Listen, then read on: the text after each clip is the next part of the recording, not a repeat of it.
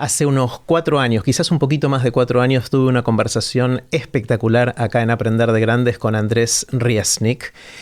Andrés es mago, hace neurociencias, hace comunicación pública de la ciencia o divulgación, si quieren, de la ciencia y muchas cosas más.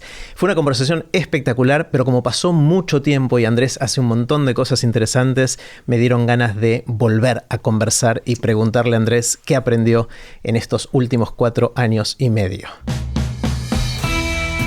Esto es Aprender de Grandes, el podcast donde comparto lo que aprendo mientras intento aprender durante toda la vida y lo que converso con gente que admiro.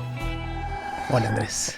¿Qué tal, Jerry? Muchas gracias. Un placer volver a conversar. Igualmente. Y bueno, sabés que me llegaron muchos comentarios muy lindos de esa primera conversación. ¿En serio? Re lindo. Hasta me salieron trabajos, debo decir, gracias a esa conversación. Más que trabajos, también como líneas de investigación con gente súper interesante. Que bueno, trabajo va y vuelve, pero el conocer gente nueva e interesante. Y, por ejemplo, te doy un ejemplo, Silvia Figiacone e Inés Zerboni, 2 chicas que estudian discalculia y que yo no conocía. Cuando vos contaste ahí de la discalculia, claro, que es como la dislexia, pero de los números. Exacto. Y hablé bastante de los estudios que hacemos sobre cognición numérica, sobre cómo procesamos en el cerebro los números. Y ellas lo escucharon y a raíz de eso me contactaron y desde entonces hacemos estudios súper copados. Bueno, antes de hacer una pregunta, me da ganas de hablar de efectos inesperados, por ejemplo, ¿no? Porque ese es el tipo de cosas que uno no espera de tener una conversación acá grabada, filmada o lo que fuera. Sí, eso fue re lindo. Y también me pasó hace un par de semanas con un ex estudiante mío, un pibe inteligentísimo, Milton, le mando un saludo, que justo terminó la facultad de física y se está yendo al exterior a seguir sus estudios. Y me contactó, hacía un par de años que no hablábamos, porque había escuchado el Aprender de Grandes. Mirá. Y estaba bastante fascinado con lo de Moravec, y se acordó de mí y dijo, che, vayamos a tomar un café.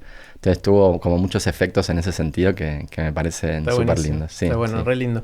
La pregunta obvia es, ¿qué aprendiste en los últimos 4 años y medio? Tuvimos esa linda conversación y sé que deben haber pasado un montón de cosas me pasaron esos años. Sí, me pasaron un montón de cosas y encima tengo una vida muy cambiante yo, ¿viste? Bueno, ya en aquel momento la tenía y ahora hasta con la edad yo pensé que se iba a tranquilizar y creo que no. De hecho, doy bastantes charlas para gente joven que me invita a las universidades. Y últimamente ando diciendo que no se preocupen si no saben qué hacer de sus vidas a esa edad, porque yo tengo 45 y todavía no sé qué hacer de la mía. Pero en el medio sí, cambié de lugar de trabajo, estaba en el laboratorio de neurociencia de ITELA, después me fui al laboratorio que fundamos con los chicos del Gato y la Caja, el Labs del Gato y la Caja. Después estuve un tiempo en INECO con Pedro Beck y ahora hace un mes y medio renuncié al CONICET. Y sigo haciendo comunicación pública de la ciencia, lo que me encanta y quiero seguir haciendo, y mis shows de matemagia que me encantan, que ahora estoy en Tecnópolis, y es algo que realmente me doy cuenta cuánto me fascina y cuánto me llena de vida.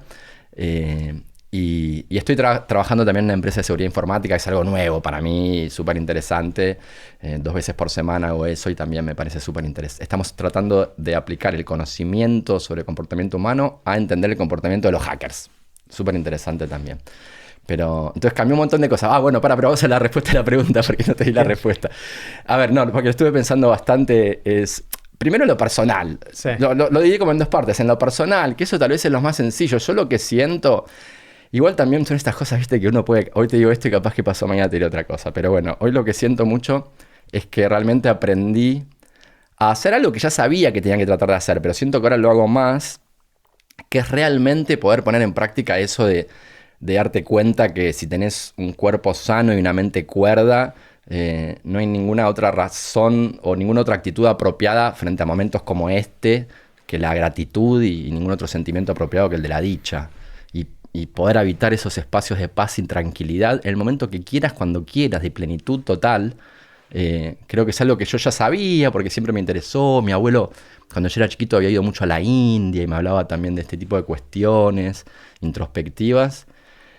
Y siempre lo sentí mucho y siento que ahora lo puedo poner más en práctica. También un poco debido a que, porque me fijé, claro, nosotros grabamos el podcast y un poquito después murió mi mejor amigo de toda la vida, Nicolás Villamil. De manera inesperada. Más o menos, él fue un tumor en el cerebro que se lo habían sacado y bueno, vivió 3 años más bien, pero después reapareció y ahí sí, a lo largo de unos meses... Digamos que sí, fue bastante trágico. Tenía 2 hijas chicas que son mis ahijadas hoy en día, que las quiero infinito. Y de hecho ahora sacamos entradas para ir a ver WoW juntos. Pero bueno, siento que eso me ayudó también a percibir esto. Porque frente a esos momentos tan o sea, qué más fuerte en la vida que eso, ¿no? Que te pase eso con un amigo, con 2 hijas chicas.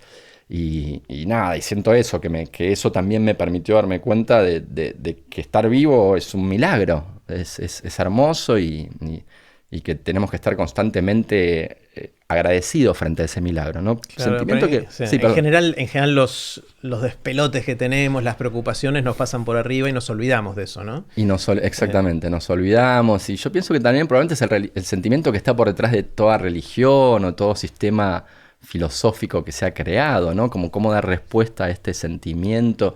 Y casi que uno quiere agradecer, ¿no? Una vez vi una conversación entre Richard Dawkins y Daniel Dennett, y los dos decían algo así como que, claro, en esos momentos uno dice, aleluya. Y bueno, ¿a quién hay que agradecer? Porque, viste, como que... Claro, si no creemos en alguien que nos claro, creó, pero, o sea, claro, y uno le dan ganas de decirle a alguien gracias. Yo hoy en día creo que la respuesta apropiada a eso también es agradecerle a las personas que tenés alrededor. O sea, eso es, aunque nuestra tendencia es a buscar algo como paranormal o un ser omnipresente que nos cuida, porque también sentimos un poco eso cuando sentís ese privilegio de tener, no sé, el otro día también pensaba en la relación de mi mamá con su nieto, con mi sobrino, y me conmovió hasta las lágrimas, porque lo lindo que se llevan, ella lo está ayudando a estudiar y me parece hermoso lo que están construyendo. Entonces yo pensaba en eso y me conmovía y casi que tenía ganas de decir, che, bueno, ¿a quién le agradezco? O sea, porque este privilegio de tener esta mamá y este sobrino y esta familia, ¿a quién hay que agradecerle? ¿A dónde es la oficina de reclamos o de agradecimientos? Y bueno, no existe un poco nada. Y básicamente lo que hice fue charlar con mamá y nos emocionamos muy. Como que agradecer a la gente que tenés alrededor en algún sentido, ¿no? Como que ojalá que ese sentimiento de gratitud se plasme en también una mejor convivencia con la gente que tenés alrededor y con la que convivís. Hasta te diría con gente que no asociamos al amor como compañero de trabajo, pero en ese sentido yo que fui educado ateo, sin embargo el concepto, no sé si es cristiano, supongo que es el cristianismo, yo lo escuché por ahí, porque bueno, yo de chiquito soy ateo, pero jugábamos al fútbol en la parroquia del barrio, entonces iba a misa para ganar puntos. Entonces el concepto de amar al prójimo como a ti mismo, ¿viste? El amor profundo, esos conceptos me parecen súper lindos y súper importantes realmente incorporarlos. Algo que, bueno, ahí ya me voy un poco por las ramas, ¿viste cómo soy? Jerry, ya no solo por te vas eso por me las gusta ramas, charlar sino también. me gusta decir siempre que vos de todos mis amigos sos Sí. el que habla en 2X. Entonces yo sé que hay gente que a veces escucha el podcast en 1,5 o en 2X con Andy, tengan cuidado porque no van a entender nada. Claro, es verdad, es verdad. Me olvidé dónde me estaba yendo. Bueno, no importa, no me acuerdo. Hablaste de la parroquia, de que el amor al prójimo Sí. como uno mismo. Y que no, ahora te estaba pasando y no sé qué más. esto de... No, ya sé lo que te voy a decir. Sí, que esto de agradecimiento, del amor al prójimo como uno mismo, Sí. que yo esto también lo he charlado mucho con amigos en los últimos años. Yo fui criado de nuevo en una familia intelectual, más bien de izquierda, dentro de una tradición que tal vez llamaría marxista.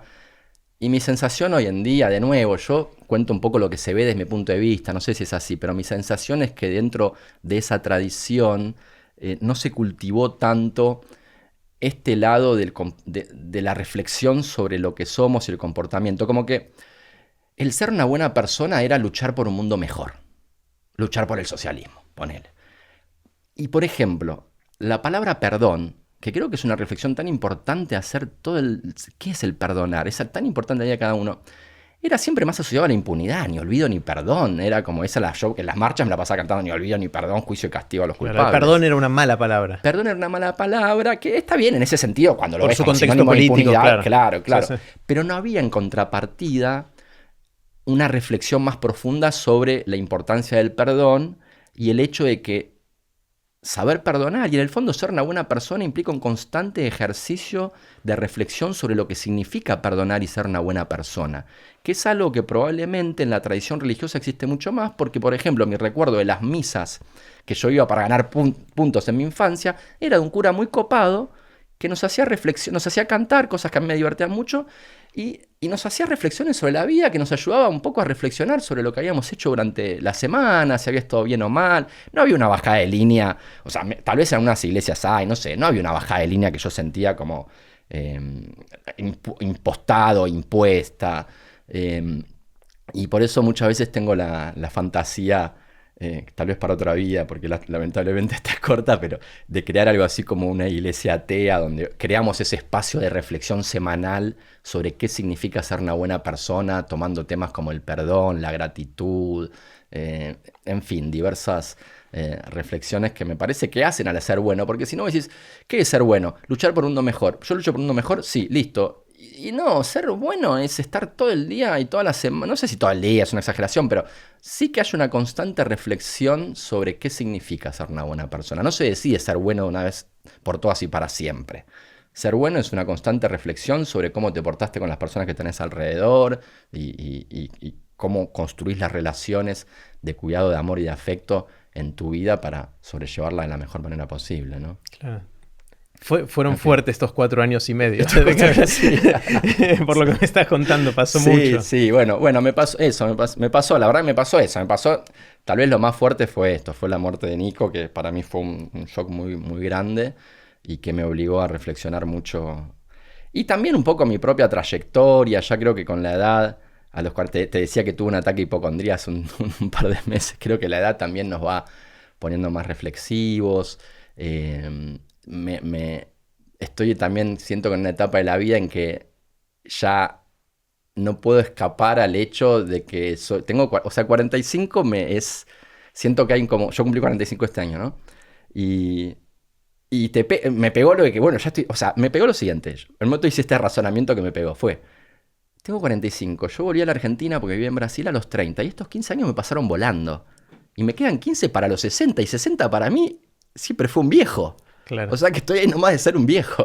Es lindo como la definición de que es un viejo en realidad se va corriendo también, ¿no? Eso es hermoso, Porque sí, por lo menos a mí lo que me va pasando, para mí de chiquito eran los viejos de 30, pero cuando me acerqué a los 30 me di cuenta que seguía por adentro siendo el mismo Exacto. niño asombrado de Sí, chiquito, entonces la fui posponiendo y claro. sigo haciendo eso, con lo cual no va a llegar nunca. Sí, no, eso después me tranquiliza, o sea, no sé si tranquiliza la palabra, pero eso me gusta y también me veo mucha gente de 80 que está súper lúcida, increíble. Cada vez más, ¿no? Cada vez más. ¿Sabes a quién sigo que me gusta mucho? A Fauci, el norteamericano, el jefe, médico. El médico que como que dirige toda la parte de la pandemia en Estados Unidos, que admiro mucho su paciencia y su calidad para explicar las cosas. Y tiene 80 años Fauci. Mira, parece menos cuando lo ves en la tele. Cuando lo ves parece menos. Yo cuando me enteré que tenía 80 no lo podía creer, porque aparte discute con una velocidad y una...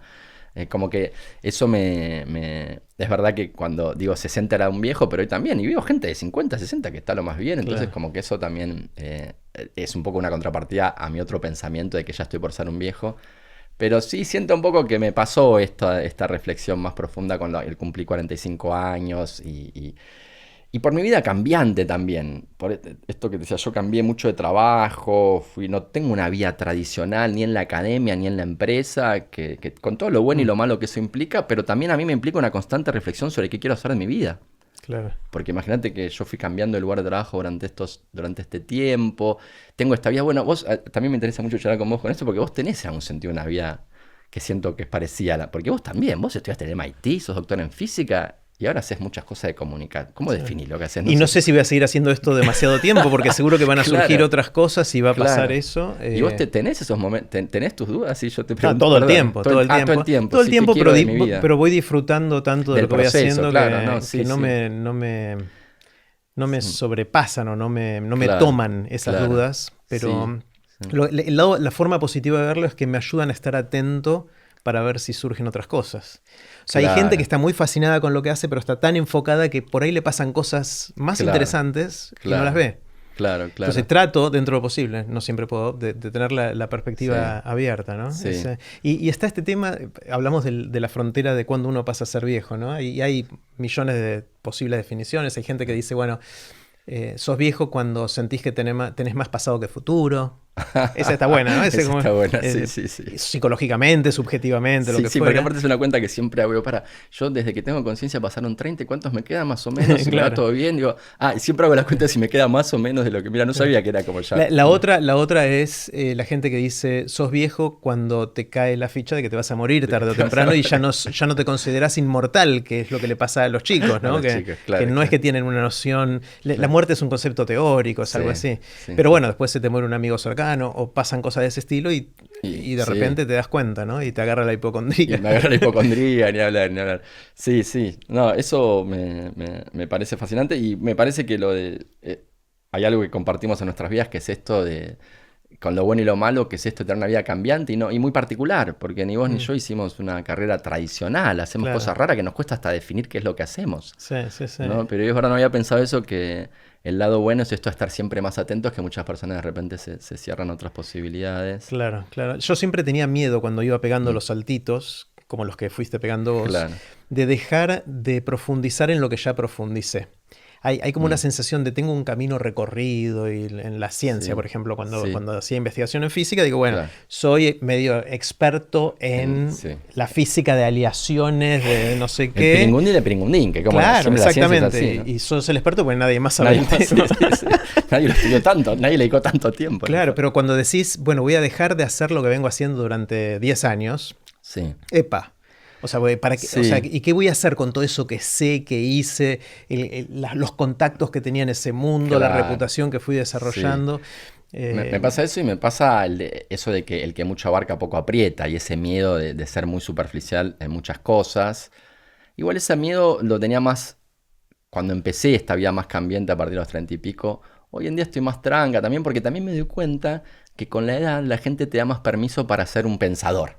Está ¿Entendés? bueno Un eso. reflexionar. Entonces hoy en día me llaman a dar charlas así sobre temas variados.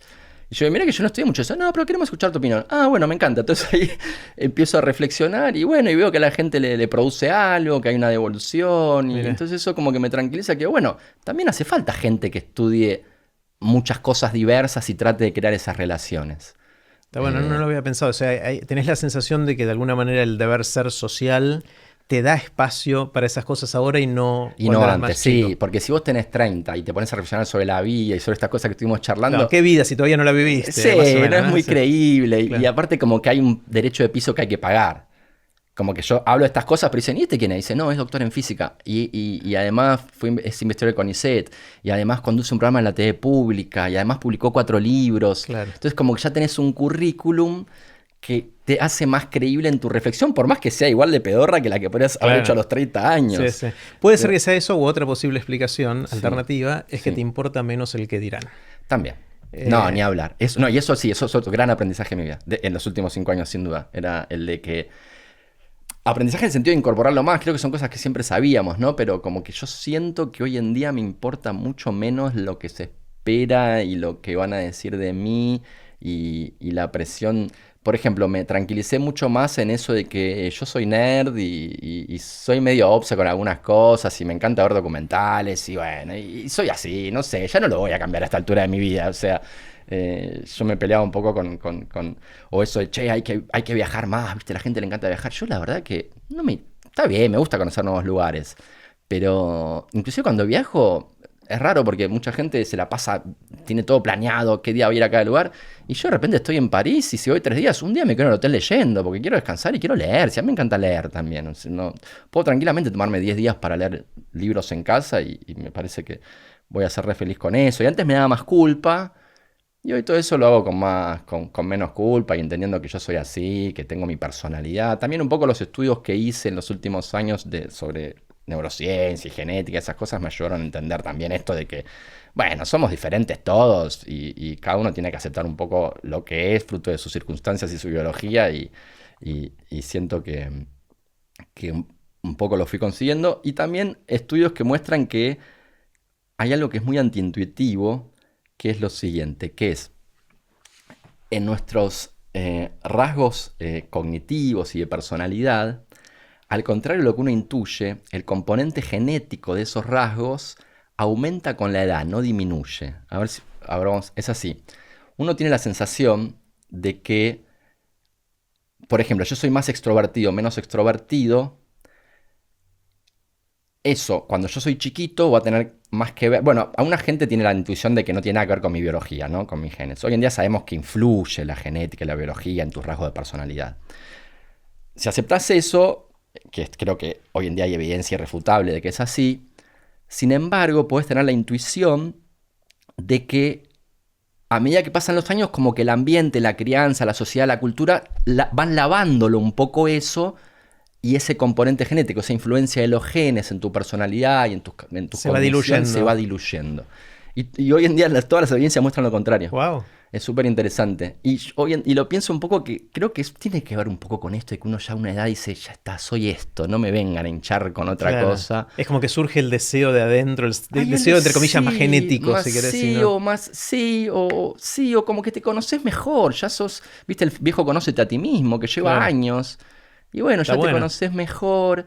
Y te dejas Y influir menos por el deber ser, quizás. me parece que sí, Sí. hay una historia muy linda de un libro que recomiendo mucho, se llama El Gen, de Siddhartha Mukherjee, que es un libro que fue bestseller, que es la historia del concepto de gen, que es el concepto probablemente más peligroso de todo el siglo XX. Ujú. Eh, Peligroso entre comillas, por las Peligroso dudas entre que sé. comillas. Ay, pará, me estoy confundiendo. Tal vez lo dice Robert Plomin en otro libro, Blueprint. Bah, ¿sabes que no me acuerdo esto que voy a contar? Si lo dice Robert Plomin en Blueprint o Siddhartha Mukherjee en El Gen. Bueno, dos librazos, recomiendo los dos. Pero uno de los dos cuenta que en un momento que en sus primeros años de investigación lo invitan a Rusia a hacer investigación sobre el componente genético en el comportamiento humano. Y él le llama mucho la atención, porque dice, si los rusos son negacionistas de esto, ¿no? En Rusia existe toda una historia desde el lisenkoísmo en la década del 30, que decía que la genética era una justificación de la burguesía para oprimir a los pueblos, hay una negación de la genética muy grande. Entonces, cuando él lo invitan a estudiar esto en Rusia, él se queda sorprendido y dice, ¿por qué me invitan los rusos a eso? Y después se entiende que eran estudios sobre el componente genético de nuestra personalidad y cogniciones en la infancia. Y entonces los rusos que lo invitaban estaban convencidos que, bueno, en la infancia sí podía haber algo, pero que seguro que después eso se diluía y entonces no importaba.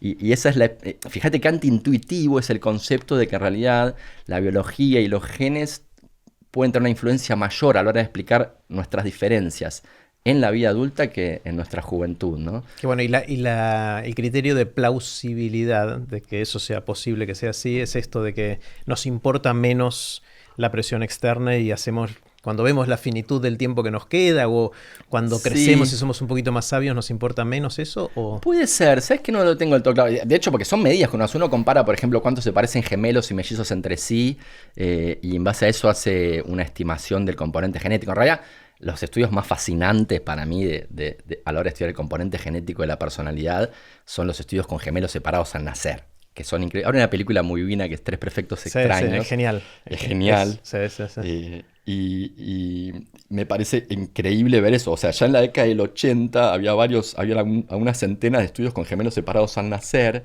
donde dos gemelos que, no sé, los habían separado al nacer. Uno había sido educado por una familia de judíos ortodoxos en Israel y otro por una familia de nazis en Alemania. Los juntaban a los 30 años después, les hacían un test de personalidad, pero esos test pedorros que vos decís, esto parece Cosmopolitan, o sea, te dice, yo me la paso mucho tiempo rumiando sobre si mi futuro va a ser mejor o peor que el de hoy. Así, esas cosas de test autocompletados. Y los hermanos gemelos separados al nacer los respondían de forma virtualmente idéntica.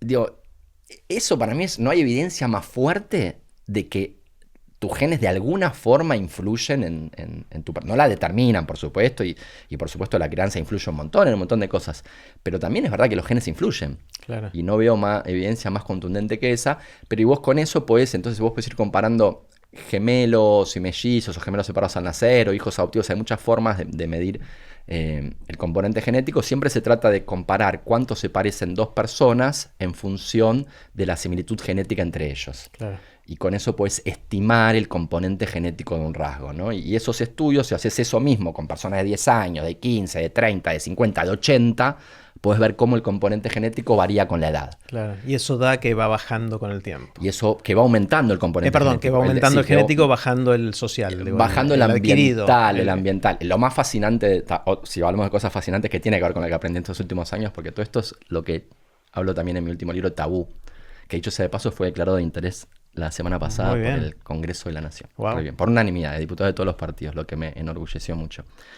Pero ¿Qué dice en Tabú? Algo que pusiste en el libro. Sí, te decía... Eso pasa con la edad también, que perdés el... Que perdés el hilo, a veces te vas por otro lado, sí.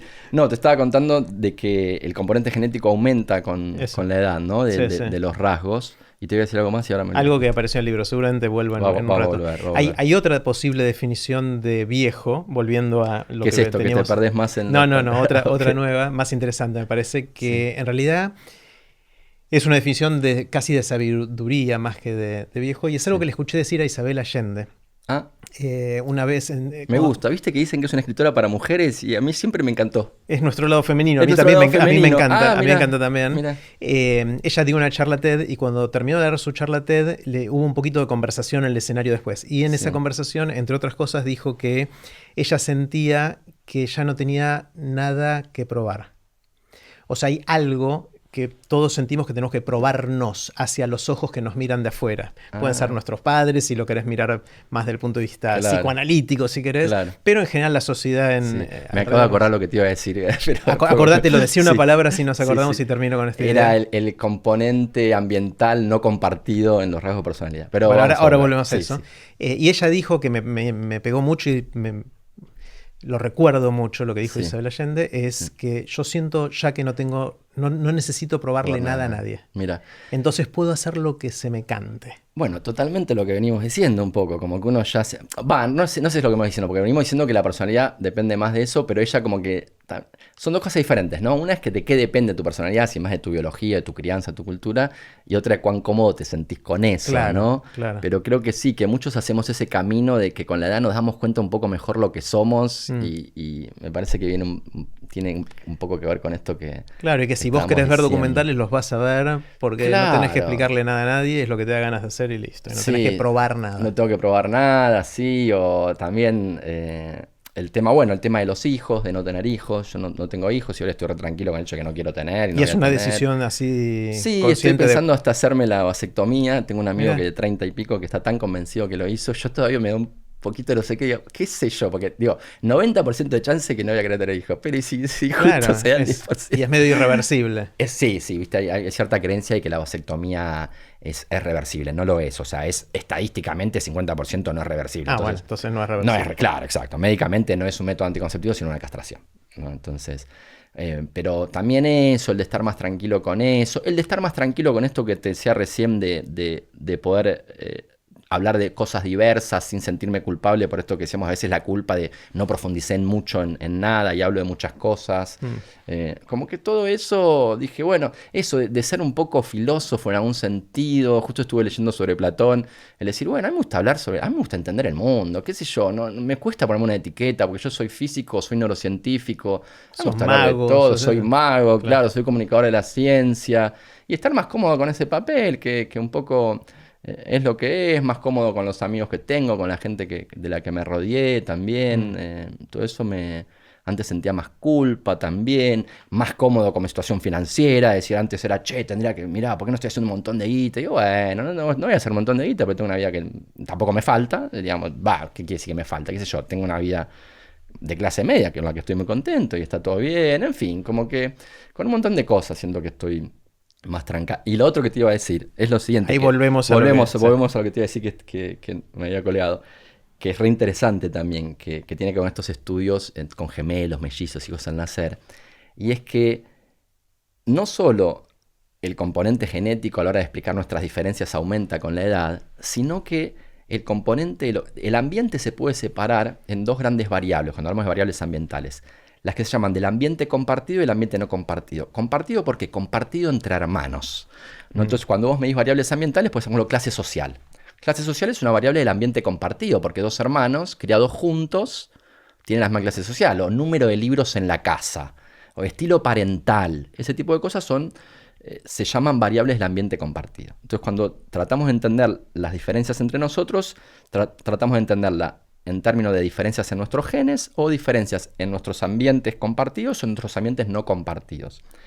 Y lo que se ve también muy interesante en todo esto y que me parece fascinante, antiintuitivo, es que también en la vida adulta la influencia del ambiente compartido es muy poca. En casos, estamos hablando de familias donde no hay casos extremos, por ejemplo, maltrato infantil extremo, estamos hablando dentro de cierta normalidad. Dentro de cierta normalidad también. En otras palabras, a ver, algo que me gusta mucho tiene que ver un poema que mi mamá tenía colgada en su habitación cuando yo era chico, que era: tus hijos no son tus hijos, son hijos e hijas de la vida, deseosa de sí misma. Y es un poco, yo lo cuento esto mucho a mis amigos padres, como también para quitarles el peso de querer que el hijo sea más así o más asado. Bueno, vos tenés hijos, vos me dirás un poco qué se siente, pero siento que a veces los padres quieren que su hijo sea más o menos extrovertido, más o menos neurótico, más o menos abierto a nuevas experiencias. Y un poco lo que los estudios muestran es que no vas a poder hacer nada. Es que sí, un poco en la adolescencia hay una influencia un poco tuya, pero después rápidamente la vida adulta desaparece. Porque las variables del ambiente compartido parecen tener una poca influencia en la personalidad de largo plazo de los chicos y de las chicas. Como que en algún sentido, tu papel de padre es darle mucho amor y que tenga un lindo recuerdo de su infancia, pero si él es más o menos extrovertido, más o menos abierto a nuevas experiencias, más o menos amable en sus relaciones. No depende tanto de su educación de padre y madre. Dentro de la normalidad, ¿no? Por supuesto. Claro, hay casos extremos. Sí, pero es raro porque, viste, que uno se encuentra mucho con chicos con una personalidad que el padre dice, no sé de dónde lo sacó, no sé cómo es, en fin. Y sí, salvo casos extremos, no depende. Y no hay nada que la ciencia te pueda decir hoy en día. Voy a decir, che, mi hijo es muy introvertido, quiero que sea más extrovertido, ¿qué puedo hacer? La verdad que por ahora no hay nada a ciencia cierta que se pueda decir. No sabemos si a futuro habrá o no. De hecho, ahí hay como 3 grandes teorías de cuáles son las variables del ambiente no compartido, o sea, todas las variables que no compartís con tu hermano, cuáles son las que influyen en tu personalidad. Hay 2 que son muy parecidas. Una es la de Steven Pinker y, bueno, un montón de gente, pero yo lo leí en él y él es como el famoso que la divulga, que es la de que simplemente es tan ruidoso, es tan caótico que nunca lo vamos a saber. Y hasta está bueno. Porque hay un montón de variables que te impactan y no podés aislarlas. Claro. Que, claro, nunca vamos a poder determinar qué es lo que hace que una persona sea más extrovertida que otra, un poco más neurótica que otra, un poco más amable que otra. Más allá de que sí sabemos que el 50%, grosso modo, 50% de la explicación tiene que ver con los genes a la hora de explicar nuestras diferencias, pero el otro 50%, dice Pinker, mira, yo creo que son tantas variables del ambiente que es imposible que vayamos a determinarlo. La otra teoría que es parecida a la de Pinker, yo la leí en un libro muy lindo que recomiendo también, Innate, de Kevin Mitchell, un genetista irlandés. Él dice algo muy parecido, pero está bueno porque da el debate de que el nombre ambiente no compartido para esas variables es confuso, porque él piensa que en el fondo no son variables ambientales, sino ruido intrínseco del desarrollo. ¿A qué voy? Nuestro cuerpo está a 37 grados. Entonces, viste, bueno, vos sos físico, está bueno charlarlo con vos porque esto lo entendés de toque. Hay cierto ruido térmico, es decir, cuando decimos que hay 37 grados es porque las moléculas vibran ruidosamente para diferentes lados, ¿no? La temperatura es la velocidad, grosso modo, a la que hay un meme por ahí que un señor le dice a una chica, los termómetros son velocímetros de partículas, y la chica queda, porque los termómetros son eso, ¿no? Como claro, que miden la velocidad de las partículas de las cuales está hecha el cuerpo. Entonces, en el desarrollo embrionario del cerebro en el feto, hay cierto ruido intrínseco. Y ese ruido térmico, incluso, puede hacer que un axón, un cacho de una neurona, por fluctuaciones aleatorias, se conecte con una neurona de la derecha y no con la de la izquierda, por ejemplo. Claro. Y eso puede generar un bucle de retroalimentación que hace, por ejemplo, que esa persona sea zurda y no diestra. Porque eso es súper interesante. ¿Sabes cuál es el componente genético de la surdera y la...? No. Es bajo, al contrario de lo que muchos piensan, porque como los zurdos son zurdos de muy chiquitos, hay una tendencia a creer que tiene que ver mucho con la biología y con los genes. Y sí con la biología, pero con los genes parece tener muy poco que ver. Compará gemelos, por ejemplo. En San Lorenzo, para los que son más futboleros, juegan los hermanos Romero, que son gemelos, uno es diestro, el otro es zurdo. Mira. Entonces, haciendo ese tipo de comparaciones, ves que es poco el componente genético de la surdera. Es 15%, no depende tanto de los genes. O sea, depende del desarrollo temprano. Y la sospecha, claro, es que... ¿Pero por qué se expresa tan tempranamente en la vida? Porque probablemente tiene que ver con fluctuaciones microscópicas en el desarrollo embrionario del cerebro en el feto. Mira. ¿No? Entonces, lo que dice Kevin Mitchell en relación a las variaciones que observamos entre nosotros que no podemos explicar, es que la palabra que tiene que ver con variables del ambiente no compartido es confusa, porque al mencionar ambiente, como que excluimos esto que tiene que ver más, no tanto con ambiente, sino con el desarrollo intrínseco del cerebro. Claro. Una sensación que tengo de eso es que parte del ambiente no compartido es si sos el primero o el segundo de los hijos de... Mira, esa es la variable más estudiada del ambiente no compartido. Porque te digo, entre mis amigos que tienen 2 o más hijos, hay correlación entre las personalidades del primero y del segundo. Hay correlación. Sí. Ok, porque hay una que es viste que hay como 5 grandes rasgos de personalidad. Hay muchas formas de separarlo, pero el que más se usa son 5. Uno de los cuales... no te quiero decir cuál es, pero... ¿Cuál pensás de...? Quiero ver cuál es tu intuición al respecto. Dale. Los que nos estén escuchando tal vez pueden jugar también. Pero hay una... Porque eso que vos decís es la variable más medida y más estudiada del ambiente no compartido. Después te voy a dar mi visión, que me gusta mucho una investigadora llamada Judith Harris, sobre cuál es la variable del ambiente no compartido. Porque estas que te dije yo, dicen, no, es ruido. Uno dice ruido intrínseco del desarrollo, otro dice ruido ambiental. Pero hay otras explicaciones que a mí me gustan mucho, que tienen que ver con esto que estamos diciendo ahora, que ahora te las cuento, pero vamos a esta, que es, hay una variable que se estudió mucho, que es si sos hermano menor o mayor. Ujú. Y eso hay bastante descubrimientos que después no se replicaron, ¿viste? No es tan fácil estudiarlo. Pero hay una que parece ser muy robusto, un descubrimiento muy robusto sobre la personalidad de los más chicos. Respecto a alguna de estas 5 variables típicas de la personalidad, ¿o no? Sí. Bueno, recordame cuál. Una era introversión, Dale. extroversión. Tenés introversión, extroversión, tenés neuroticismo, tenés amabilidad, tenés apertura a nuevas experiencias y tenés, me estoy olvidando de una, diligencia o ¿cómo se traduce al castellano? Responsabilidad, diligencia. Sensación de la... Sí. Sí. Sí. Bueno, no sé cómo mapearlas en esas, pero mi intuición es que en general los primeros hijos suelen ser más controlados, más atentos al deber ser, más duritos en alguna dimensión. Sí. Y los segundos hijos tienden a ser más rebeldes, más libres, más... Eso, ojo, la muestra es re chiquitita y es de mis amigos de que están alrededor. 0 base científica en lo que estoy diciendo. Sí, pero está muy bien, está muy bien. Y es un poco eso, porque de las 5 variables la que se midió que tiene un claro efecto en eso es apertura a nuevas experiencias. Los más chicos suelen arriesgar más. Claro, y ni hay que hablar si viene un tercer hijo. Si viene un tercer hijo, ya está, es un desastre, es un desastre. Sí. Yo lo mapeo en mi familia y es claramente así. Mi hermano Martín, que es el menor de los 3 hermanos, porque después tengo 2 medio hermanos más chicos, pero que son mucho más chicos, entonces me cuesta un poco comparar, pero Marina, Martín y yo nacimos más seguido. Y de lejos Martín es el que es más de arriesgar, de hacer cosas que yo jamás me animaría, pero bueno. Claro, pasa en varias personas que conozco que tienen 3 hijos, pasa eso, y mi teoría es que cuando tenés un hijo está el papá y la mamá. Estoy hablando de heteronormativo, estereotipado, lo que fuera, ¿no? Pero suponete papá, mamá, con el primer hijo, están los dos atentos, los dos mirándolo, y los ojos están posados sobre ese... Y él o ella, el nene o la nena, lo siente, ¿no? Y entonces está muy atento a eso. Cuando viene el segundo ya tiene la mitad de la atención y ya los padres aprendieron a no preocuparse tanto y si no se duerme que llore, que no importa y ese tipo de cosas. Cuando llega el tercero, ya no son 2 los padres. Ya se lo olvidan en el shopping. Claro, uno corre uno, otro el otro y el tercero está ahí, ya nadie presta atención, ¿no? Entonces, pero vos pensás entonces que eso hace que el primero como se sienta más responsable de tener que satisfacer ese deseo. Hay más un deber ser que es muy fuerte. Ese es mi preconcepto, prejuicio no científico. Está bueno, es re interesante.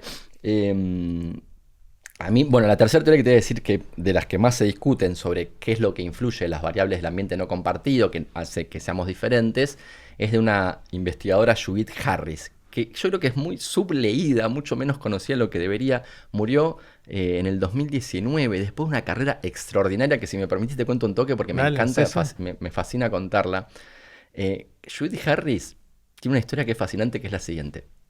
Ella es licenciada en psicología. Era licenciada en psicología. Quiso hacer un doctorado y la rechazaron a los 20 y poquitos años.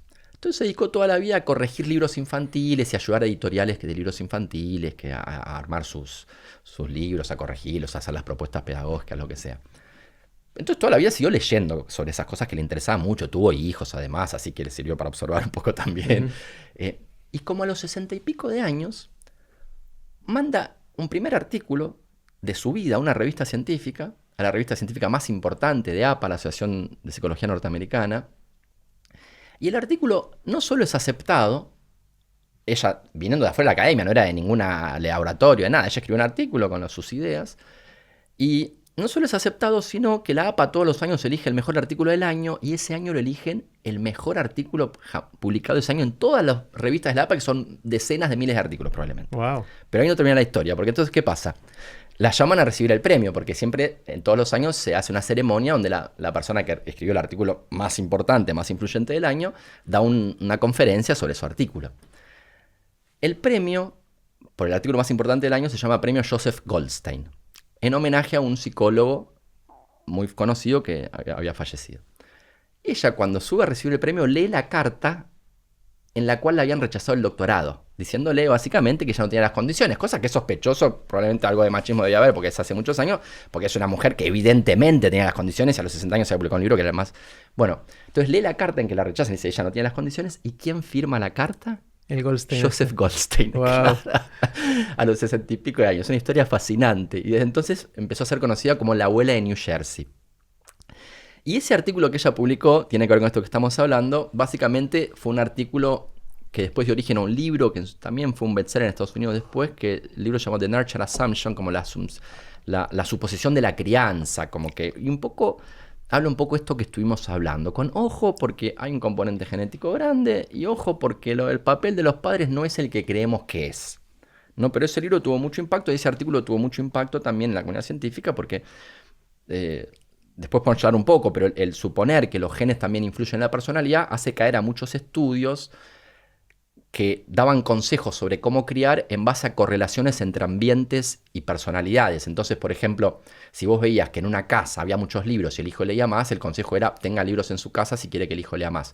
Y hoy en día sabemos que no necesariamente es así, porque puede ser que el hijo tiene una facilidad para la lectura que heredó del padre, el padre también la tiene, entonces compró libros y entonces, bueno, entonces eso... Correlación no es causalidad. Exactamente, correlación es causalidad y en ese primer artículo que fue elegido el más importante del año y que después dio origen al libro de Nurture Assumption, hace una revisión extensiva de toda la literatura de psicología del desarrollo y muestra muchas fallas en el sentido de no controlar este factor y ella que había durante décadas escrito libros infantiles estaba muy atenta a eso y decía, ojo con los consejos que estamos dando a los padres porque muchos se vayan en estudios que no controlan este factor y entonces pueden estar fallados. Pero eso fue el primer libro, que fue el primer artículo y después se originó el libro, y su segundo y último libro, porque nada, esta empezó a escribir y a ser conocida a los 60 y pico, claro, la abuela de New Jersey. Se llama No to Alike y entonces trata de dar respuesta porque dice, mi primer libro traté de convencer a todos de que ojo porque los genes influyen y esto tiene sus consecuencias a la hora de estudiar la psicología del desarrollo. Y en el segundo libro dice, bueno, ahora quiero tratar de dar una respuesta a la pregunta de ese 50% que es ambiente no compartido, ¿qué es lo que importa? Y ella tiene una teoría que, bueno, muy debatida hoy en día, pero a mí me parece súper interesante por lo menos reflexionar. Y también le saca un poco el peso a los padres y dice que lo más importante es el rol que jugaste en tu grupo de amigos y amigas en tu infancia y adolescencia. Y que eso tiene y que en ese sentido el padre sí y la madre pueden hacer algo en el sentido de cuidar eso, de ver bien de quién se están rodeando los chicos, como el consejo sería más que nada ese. Pero bueno, hay varias evidencias, hay mucha discusión. Yo cuando lo pienso en mi vida y en la gente que tengo alrededor un poco me cierra, porque pienso que a mí mis años de adolescencia y crianza y lo que me pasó con mis amigos, mucho más que lo que pasaba con mi familia, era lo que... Creo que tenemos una tendencia muy grande a ponerle mucha importancia a la familia y nos olvidamos que durante todos esos años... Pasaste más tiempo con los amigos quizás que con la familia, sí, y mira, en el colegio. Exacto, mira, y hay un dato que a mí me parece súper interesante y que muestra un poco esto de que desde que somos muy, muy chiquitos, notamos esa diferencia. Viste que está eso de que nosotros, así como nacemos con un cerebro especial para detectar el mundo en 3 dimensiones, también nuestro cerebro detecta el mundo con algunas dimensiones, el espacio social, ¿no? Una dimensión de la que se habla mucho hoy en día es el de in-group, out-group, quiénes son de mi grupo o quiénes no son de mi grupo, y casi automáticamente desde que nacemos estamos poniendo sellos de los amigos y enemigos. Amigos y enemigos, esas cosas, que medio lo hacemos instintivamente, aunque no querramos. Y creo que una de las cosas que instintivamente desde muy chiquitos hacemos, aunque no querramos, y nos damos cuenta cuando estamos en familia o no estamos en familia. Eso los chicos lo aprenden enseguida, mucho antes de poder hablar, se dan cuenta de ese tipo de cosas. Y se ve muy bien en el siguiente hecho, que a mí me resuena mucho porque yo viví los primeros 7 años de mi vida en Brasil. Yo a los 8 meses mi familia se fue a Brasil en el 77 y hasta el 84 que volvieron a la Argentina, yo hablaba portugués con mis amiguitos y español en mi casa, fui criado bilingüe. Pero cuando volví a la Argentina, me decían el brasilero, porque yo hablaba con acento portugués, y este es el hecho interesante. Es así que yo vi que no era mi caso, es un caso que se ha estudiado mucho y pasa siempre. Y es lo siguiente, que es que los chicos criados en esa circunstancia, donde las familias hablan un idioma, pero con los amigos hablan otro idioma, si bien entienden los 2 idiomas perfectamente, hablan los 2 idiomas perfectamente, con un vocabulario correcto, para el chico de esa edad, yo tenía 7 años, el acento es el acento no de la familia, sino de los amigos. Porque, y de hecho yo hablaba con un claro acento portugués. Y creo que eso un poco es una evidencia en favor de la teoría de Judith Harris, en el sentido de que evidentemente a esa edad nos está preocupando mucho más parecernos y entendernos con nuestros amiguitos en la escuela que con nuestros papás. Y hasta tiene sentido, porque vos en la casa, tu papá y tu mamá están ahí, van a ser buenos. Son incondicionales. Son incondicionales, claro. exactamente. Es con los amigos, con los amiguitos desde muy tempranamente que aprendes a negociar, aprendes el concepto de que hay cosas que no son mías. Siempre cuento que mi sobrinito cuando fue al jardín, la primera palabra que aprendió cuando volvió fue mío. Claro, sí. Entonces creo que tiene sentido y por eso esta es como la tercera teoría que yo conozco sobre de las variables del ambiente no compartido, cuáles son las que influyen en tu personalidad en el largo plazo. Está genial. Y cuando decís el rol que jugás en el grupo de amigos, tiene que ver con si jugás un rol de liderazgo, si te bullearon o no te bullearon. Exacto. Por eso el tema del bullying es tan importante, el cuidar eso, ese tipo. Por eso creo que un consejo copado para los padres tiene que ver con eso, con tener ese cuidado, de ver un poco el rol que están jugando los chicos en ese grupo de amigos. Y hay que ver también cuánto uno puede influir, o sea, lo puede cambiar de grupo, digamos. Exacto. Más que eso, no sé. Ni hablar, sí. También hay algo de... Yo tiendo a... Soy muy reacio a todas las teorías que culpabilizan mucho sobre todo a la madre, pobre. Creo que la madre ha sido culpabilizada, mira... es un tema que además me toca mucho personalmente, porque yo tuve un tío esquizofrénico que se suicidó cuando yo era muy chiquito, yo tenía 5 años, en la década del 80. Y cuando él se suicidó, la principal teoría de la psicología dominante, digamos, y hablo de toda la psicología, de psicoanálisis, conductismo norteamericano, todos lados, las principales teorías era de culpabilización absoluta de la madre. Era la madre esquizofrenizante, o para el autismo la madre heladera, el deseo inconsciente de aborto de la madre. Unas cosas que eran un horror. Hoy en día hay una sola gota de evidencia a favor de esas teorías, pero siempre era la madre, la pobre madre, que era la culpable de todo, y esa psicología no le atribuía ningún papel, absolutamente ninguno, a la biología, a los genes, que yo siempre digo, esa visión del cerebro como tabla rasa, y por lo tanto, tal que nuestras diferencias se explican solamente por diferencias en nuestra crianza, solo puede haber sido fruto de una ciencia hecha por hombres que no criaban a sus hijos. Porque cualquier persona que crió a más de un niño, una niña, sabe que no vienen iguales al mundo, que vienen con sus propensiones, sus dificultades, sus facilidades. Y en medio de todo esa, si se quiere, como diría, a mí me indigna mucho todo lo que pasó con la psicología en el siglo XX, pero de todas esas creencias tan irracionales, la principal pobre víctima ha sido la madre. Claro, me hiciste acordar un detalle pavo, pero que así lateral. Marce, mi esposa, reconoce ahora características de la personalidad de mis hijos, de Juli y Lele, que tienen 20, 23 años, y los correlaciona con cómo tomaban la teta. No te puedo creer. Hay actitudes de Lele, de cómo toma la teta, que es igual, pero que es igual a las actitudes que tiene hoy. Pero a ver, ¿se puede dar un ejemplo? ¿En qué sentido? ¿Qué más agresivo, menos agresivo? Sí, a Lele le gustaba morder. Mira. Y Marce decía ouch y él se reía. Y él se reía. Le gustaba ese jueguito. Y hay algo de eso que tiene la personalidad ahora también. Qué loco, mira. Cosa que Juli no, Juli tiene otro estilo, totalmente distinto. Sí, yo lo conozco a Juli, a Lele no tanto, Leandro. Juli me parece no lo conozco a Lele, pero sí, es que es eso, digamos, yo creo que eso, las madres no hacían ciencia, las mujeres no hacían ciencia, pero si hubieran hecho eso, hubieran dicho, che, esto no, está mal esto que están diciendo, ¿no? Ahora, entonces, me encanta esto, me encanta y me dejas pensando mucho respecto a la influencia del grupo de amigos en los chicos, infancia, adolescencia, y el rol que juegan. Entiendo que eso es lo de Harry, ¿no? Que, claro. Si fueron líderes, si los bulliaban. Pero también uno podría preguntarse si ese rol que juegan no estaba ya determinado por algo que le pasó al chico antes.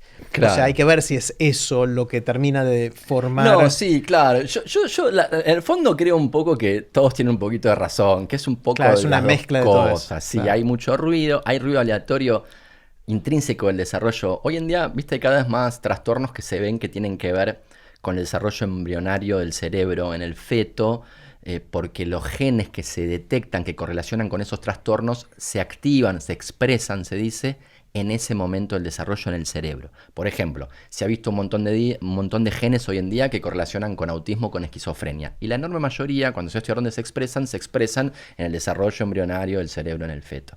Entonces vemos que hay mucho de eso. Entonces también la teoría de Kevin Mitchell y Nate me parece bastante convincente. Hay otro dato que me parece súper interesante, que es, por ejemplo,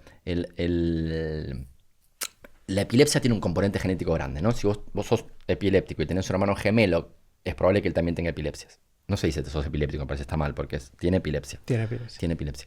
Entonces, ahora bien, y entonces sabemos que es un componente genético grande. Ahora bien, ¿Dónde es el foco de la epilepsia?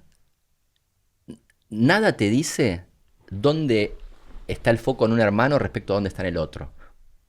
Y entonces el foco exacto de la epilepsia parece depender de eso, esas fluctuaciones aleatorias en el desarrollo del cerebro. El foco significa dónde se dispara Claro, el cerebro. dónde se dispara. Entonces puede ser, por ejemplo, a un hermano gemelo se dispara en la corteza frontal. Bueno, miren, eso no te dice nada. Capaz que en el otro es en la occipital o en la parietal. O sea, es como si no supieras nada de... Si sabes que el hermano gemelo tiene epilepsia, es probable que el otro hermano tenga epilepsia. Pero el foco de la epilepsia no tiene ningún poder predictivo de un hermano sobre el otro.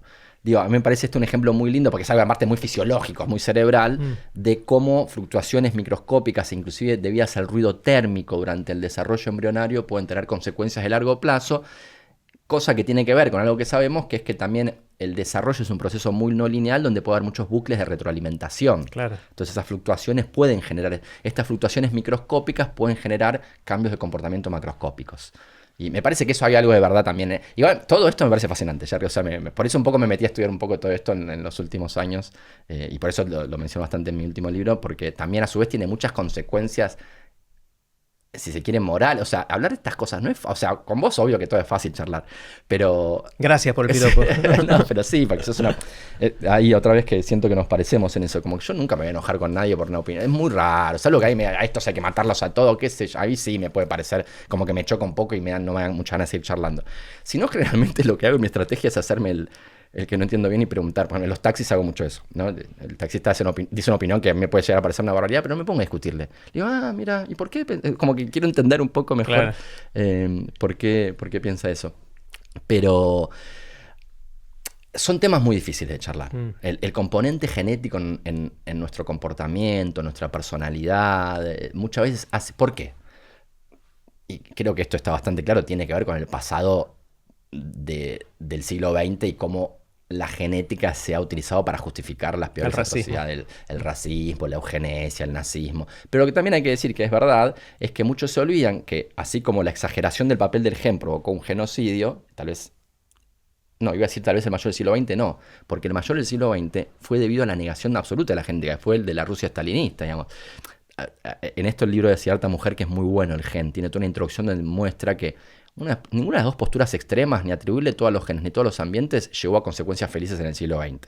El nazismo llevó a un genocidio, pero lo contrario llevó a otros genocidios, porque es tan inconcebible el nazismo sin la asunción de que los genes determinan todo, como el estalinismo, los genocidios llevados en nombre del marxismo, si se quiere, sin la creencia de que el cerebro es infinitamente manipulable y que podemos convertir al ser humano en lo que nosotros querramos, ¿no? Los genes es una excusa de la burguesía para fijar las diferencias individuales y para justificar su opresión, y en realidad el cerebro es infinitamente modificable. Vamos a ser una sociedad en la cual vamos a educar a todos por igual, todos van a entender que el comunismo es lo mejor y vamos a ser felices para siempre. Es como, estoy caricaturizando un poco, pero me parece que está bueno que dentro de la academia, el intelectualismo, el progresismo, que son los ambientes que yo habito, las universidades, se conozca este otro lado también, porque la negación de la genética también causa mucho sufrimiento. En ese sentido, bueno, lo que ya conté yo, de las explicaciones para el autismo, para la esquizofrenia, donde siempre se trataba de buscar. Hoy en día sabemos que, por ejemplo, el autismo tiene un componente genético del 80%, la esquizofrenia del 50%, la biología tiene que ver, no lo determina,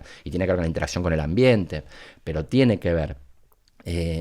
Y bueno, entonces me parece que se generó mucho sufrimiento por esa negación y por eso me parece que es un tema que hay que charlar y celebro. Y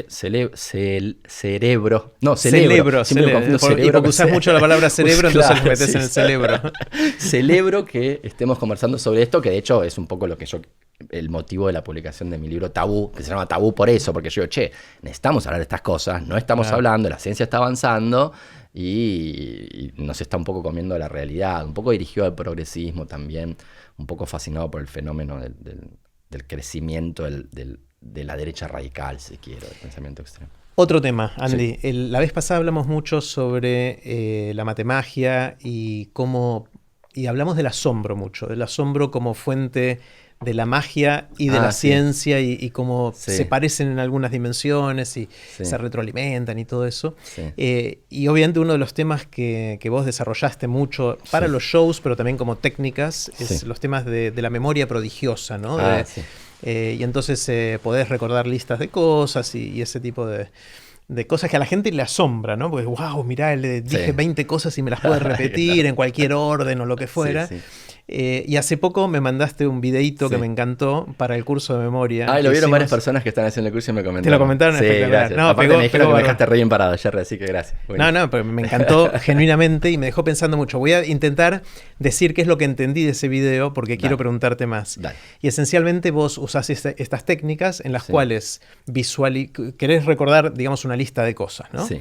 Entonces, lo que haces es, vos ya tenés códigos prefijados de los números del 1 al 20, digamos. Sí. Entonces decís, para mí el 1 es tal imagen, el 2 es tal imagen, 3 lo que fuera, y ya sabés como eso tenés, lo tengo muy automatizado. Lo tenés muy automatizado. ¿Qué es el 19?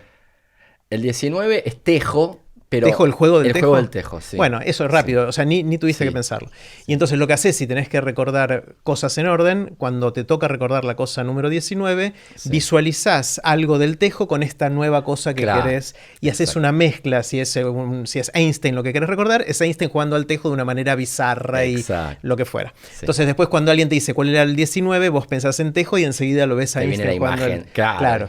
Y lo que me asombró mucho de lo que vos dijiste para el curso que dimos de memoria, es que el esfuerzo viene primero en haber creado este sistema y haber recordado que el 19 es Tejo. Sí. Y el segundo esfuerzo es un esfuerzo más creativo de imaginarte a Einstein, si es la palabra que tenés que acordarte, jugando al Tejo de una manera que es muy bizarra, de forma tal que sea más memorable, ¿no? Pero que a la hora de evocar, de tener que evocar eso, te sale sin esfuerzo, ¿no? Sí. Y que eso no requiere nada de esfuerzo, es casi automático. No, claro, sí, una vez que creaste la imagen, ¿sabes por qué me doy cuenta, por qué me fascina un poco esto? Porque cuando lo aprendí me pasó, pero también lo veo cuando lo explico, que la gente me dice, ¿y después cómo lo recuerdo? Porque yo explico la técnica. Claro. Y digo, bueno, tienen que hacer esto. Entonces explico, bueno, cómo creo la imagen, tengo que crearla. Y después digo, ya está. Entonces todo el mundo me dice, ¿cómo ya está? ¿Cómo ya está? Claro. Y después, ¿cómo lo recuerdo? Claro. Entonces digo, no hay que hacer nada, la evocación es automática. O sea, una vez que creaste la imagen bizarra, a mí me decís 19. Y si yo ya me creé la imagen de Einstein jugando al Tejo y le hice de forma suficientemente bizarra y lo visualicé, me va a venir automático, no necesito hacer nada. O sea, es como, eso es raro, es interesante. Y lo difícil sí es crear la imagen, y algo que es fundamental, que yo cuando empezaba a explicar, yo sé cómo lo hago, Jerry, lo doy en las clases hoy en día, y para que lo sientan en primera persona, lo que hago es que explico la técnica y después, como ellos no tienen tiempo yo quiero que lo hagan, pero no tienen tiempo de memorizar 10 palabras. Bueno, yo lo hago, podrían hacerlo memorizando una lista de 10 palabras y después pidiéndole a la otra persona que lea otras 10 y recordar las 10 que le dijo a la otra persona. Pero como no tengo tiempo de hacer esto, les pongo una lista de palabras para que puedan mirar y les voy diciendo otras. Como para que ellos puedan ir creando las asociaciones visuales entre las dos palabras. Dejo pasar 5 minutos y digo, bueno, ahora miren este grupo de 10 palabras que ustedes usaron como el palacio de la memoria de ustedes, digamos, vayan recorriéndola y van a poder recordar las demás. Y funciona muy bien. Yo lo hice también en el curso ahora. Había, no sé, 200 personas en el curso participando por Zoom. Sí. Y lo hicimos con el Palacio de la Memoria geográfico, digamos, en tu casa. Les dije, imagínense que llegan a su casa, el primer lugar es la puerta de casa, el segundo lugar es lo primero que ves cuando entras a tu casa, el tercero, y vas recorriendo tu casa en cierto orden. ¿Pero le diste un tiempo para que memoricen eso? Sí, pero ese se memoriza muy fácil. Se memoriza fácil, porque la condición o la consigna que les di es entren a su casa y hagan el recorrido típico. Claro. No, está perfecto, el único esfuerzo es elegir las 10 cosas que tienen que ser suficientemente distintas entre sí, no comunes, que no sea un rincón, porque el rincón hay muchos rincones, que no sea la silla que tenés 10 de esas sillas, sino que sea la mesa por ahí o el cuadro. Cuanto más particular sea esa mesa, es esa mesa de tu casa con ese detalle, con eso. Y esa es la técnica que usan los griegos, ¿no? Eso lo aprenden rápido. Esa es Simónides, digamos. Eso es Simónides, claro. Pero te quería preguntar, ¿eso vos les das de una clase a la otra para No, en el momento. ¿ya? Esto de punta a punta, todo lo que te voy a contar, es media hora. En media hora hago lo siguiente. Les cuento la historia de Simónides, se cayó el templo, recordó todas las cosas. Bueno, es una historia linda, no la vamos a contar ahora, pero está muy buena. Y esto fue hace 2500 años o algo así, o más, no sé cuánto. Increíble. Bueno, la cosa es que si recordás los lugares de tu casa que es fácil recordarlos, porque Claro, tu casa claro. la conoces muy... Entonces les digo, imagínense que entran a su casa y vayan anotando. ¿Qué es lo primero que ven? Anotan en su Ah, y cuaderno. lo anotan. Lo anotan, Ellos pero se lo crean, no, claro. claro, eso crean el Palacio de Memoria, lo anotan, Sí. pero después lo tienen que memorizar. Ah, lo Pero memorizan. eso es Ese es rapidísimo, fácil, sí, ese es es rapidísimo. fácil, Eso ese en es 2 fácil. minutos y Sí. les digo, bueno, ahora cierren los ojos y recuerden por dónde tenían que Sí. pasar.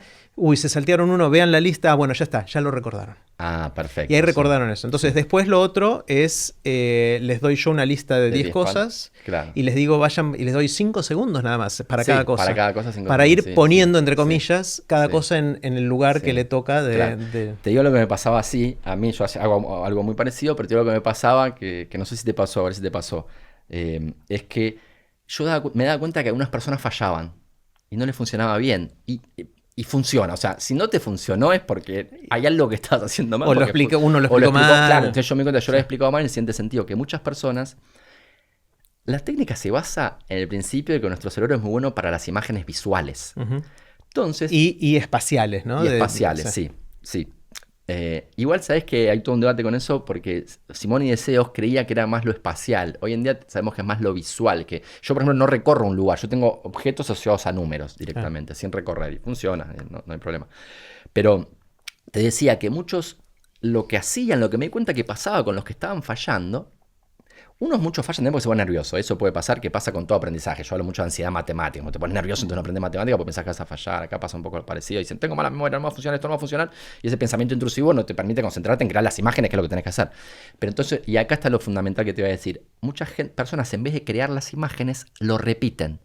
Entonces, en el caso de Einstein y el tejo, en vez de un poco cerrar los ojos y visualizar esa imagen y meterte Dicen en ella. Einstein, y dicen, claro, Einstein jugando al tejo, Einstein jugando al tejo, Einstein jugando al tejo, Einstein jugando al tejo. Bueno, eso no sirve. Claro. Entonces ahora lo que hago es cuando doy la técnica, aclaro que no hay que repetirse la imagen que uno imaginó, sino que hay que tomarse un tiempo para visualizarla y si estás inmerso en ella y hay emociones, mejor todavía. Claro, yo les digo, dediquen tiempo a visualizar y no vuelvan a pensar en eso cuando les tire las próximas palabras. Exacto. Porque la gente tiende a volver atrás y tratar de hacerlo. ¿Y por qué tiende a volver? Porque dice, me voy a olvidar Claro. y tienen miedo de no poder evocarlo. Por eso me impresiona mucho el hecho, yo hoy en día cuando sigo de largo y no vuelvo, es porque tengo la tranquilidad de que la evocación es automática. Por eso te decía que a mí lo que me llama la atención de la técnica es esa evocación automática. Porque no es intuitiva. Uno dice, no, ¿cómo? ¿Ya está? Pará, me lo voy a olvidar. Entonces como que tenés la tendencia a querer volver y acordarte de lo que, es buenísimo. Lo que habías hecho. Sí, Es impresionante, es impresionante. Es impresionante. Y es impresionante que se conozca tan poco, ¿no? Esta técnica, Sí, se está empezando a popularizar. Sí.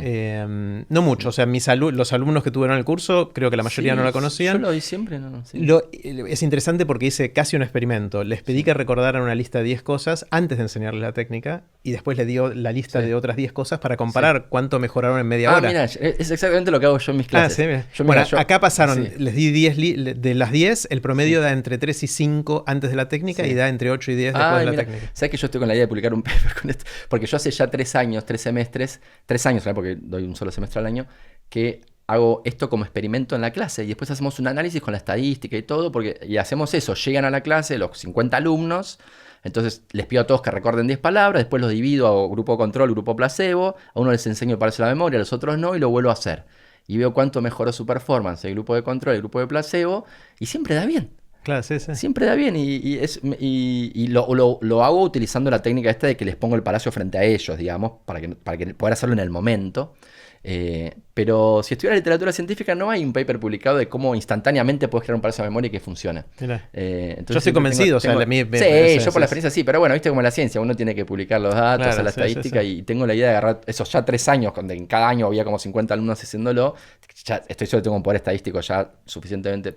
cada año ya alcanzaba, porque es tan fuerte. Mira, este último año justo fue una clase con pocos chicos y había 9 en el grupo de tratamiento y 12 en el de control, así no eran más de 20, igual me dio re significativo la mejora, porque los que mejoran, los que aplican la técnica de palacio mejoran, no hay forma de no mejorar. Claro. Entonces me parece súper interesante. Y qué interesante que los dos, porque no habíamos hablado de esto. No, hicimos algo muy parecido. Yo no hice grupo de control porque lo que hago es confío en que va a cambiar, o sea, ya el hecho de que cambie entre los antes y después... sé que no es un doble ciego y toda esa historia, Claro, pero claro. Sí, sí, es yo muy lo hago también, fuerte. yo lo hago también porque justo es una clase sobre métodos científicos, Claro, no, sobre está cómo se bien. hacen experimentos, hablo del grupo de placebo, grupo de control, después les hago que discutan un poco cómo podemos mejorar el experimento, porque Claro, es la tuya verdad. es una clase de ciencia, la mía es una clase de memoria, con lo cual Claro, quiero que aprendan la exacto, técnica, no, exacto, no exacto. medirla. Sí. Sí, sí, sí, pero Es, bueno, es una técnica que es fascinante y que cualquiera que la ve. Yo el otro día, mira, te cuento esta anécdota. Estoy haciendo una columna en un programa de la TV pública que se llama Mañanas Públicas, que voy cada 15 días y a una columna de ciencia que va a la mañana, lo conduce Gabriel Corrado y Maru Fernández, dos divinos. Y pensando en qué cosas hacer, porque bueno, siempre llevo cosas de ciencia, juegos divertidos de ciencia. Y, y entonces una chica que me conocía me dice, ¿por qué no haces el Palacio de la Memoria, eso de la memoria? Le digo, no es televisivo, le digo, porque recordar 20 objetos lleva tiempo. Me dijo, me parece que sí, fíjate. ¿Y sabes que lo hice? Después te mando el video, Jerry. Estuvo espectacular. O no, sí, sea, sí, me tuvieron funciona muy 20 bien. minutos al aire y terminó todo el mundo. Y tuvo un montón de vistas en YouTube, un montón de evoluciones. Yo un poco lo mido, mi rating es cuánta gente nueva me empieza a seguir en Instagram. Y ahí pegó un Y esa vez salto. pegó un salto importante, como que es muy impresionante y está Sí, buenísimo en sí, ese porque es sentido. algo fácil de aprender y de empezar a usar Y inmediatamente y empezar. ves el cambio Sí, sí, muy, sí. muy Yo rápido. creo que también se conoce menos porque el saber estudiar es algo que se transmite mucho por tradición familiar y oral, ¿no? Entonces, No te enseñan en el cole eso, es... no te enseñan, pero los que venimos de familias estudiosas y estudiamos de chiquito, medio, yo me acuerdo, mi mamá se sentaba conmigo a estudiar y me tomaba, y lo que en el fondo lo que estaba haciendo era enseñarme a estudiar. Claro. Porque, y cuando algo no me salía varias veces, me ayudaba a crear, tipo, espera, pensalo así, y hacíamos un juego de palabras o una imagen visual bizarra. Entonces, creo que lo tenemos tan incorporado quienes venimos de familias ya que han Mm. aprendido a estudiar a lo largo de la tradición familiar, que no nos damos cuenta que no es tan automático para las personas el darse cuenta que así hay que memorizar, que así hay que estudiar. Y me parece que es un buen consejo realmente. Por eso digo, Mm. me parece raro que no se conozca tanto, porque es un buen consejo para el estudio. Cuando querés aprender cosas, algo que te olvidas todo el tiempo, que querés recordar, create una imagen visual. Todo el tema de la memoria visual, ¿no? El tema de cuando vas a hacer una charla, por ejemplo, esto de las flechitas y los colores, que eso sirve también, porque después te remite un Mm. poco a lo visual, en fin.